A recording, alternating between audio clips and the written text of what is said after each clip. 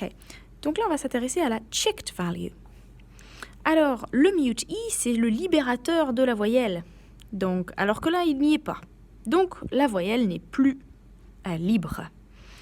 Elle est bloquée par cette fameuse consonne. Donc, on va avoir une condition. La condition pour que ce soit checked, c'est qu'on ait one final consonant letter or a final consonant letter. Et donc, vous avez votre stressed vowel qui est suivi d'une consonne finale. Donc, mon petit hashtag, c'est pas pour commencer mon tweet, mais c'est pour le terminer. Voilà. Donc, je vais avoir la version courte de ma voyelle et pas la version libre. Bed, ce sera pareil. J'ai une consonne finale. Hit, une consonne finale, donc c'est court. Hot, donc c'est mon sorte de A à l'envers. Voilà, qui ressemble à un D majuscule, un petit peu pas très beau. Ok, une consonne finale, donc nous avons une valeur, the stressed vowel is checked.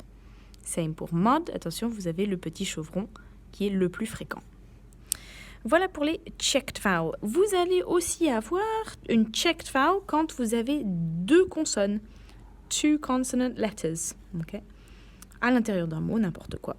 En tout cas, ça bloque la prononciation de la voyelle qui est un petit peu comprimée, voyez, par ces deux consonnes-là. Et donc, elle va être plutôt checked aussi.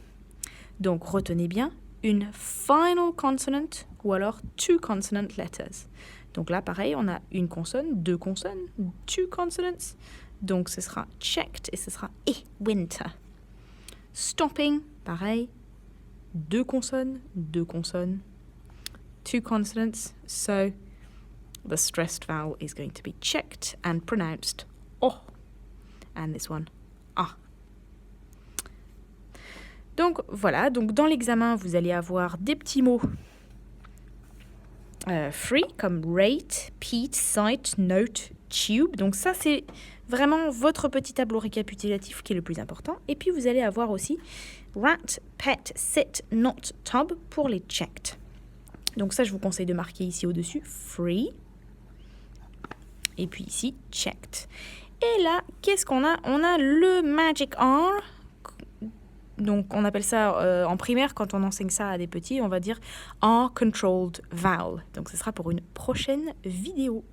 À tout à l'heure.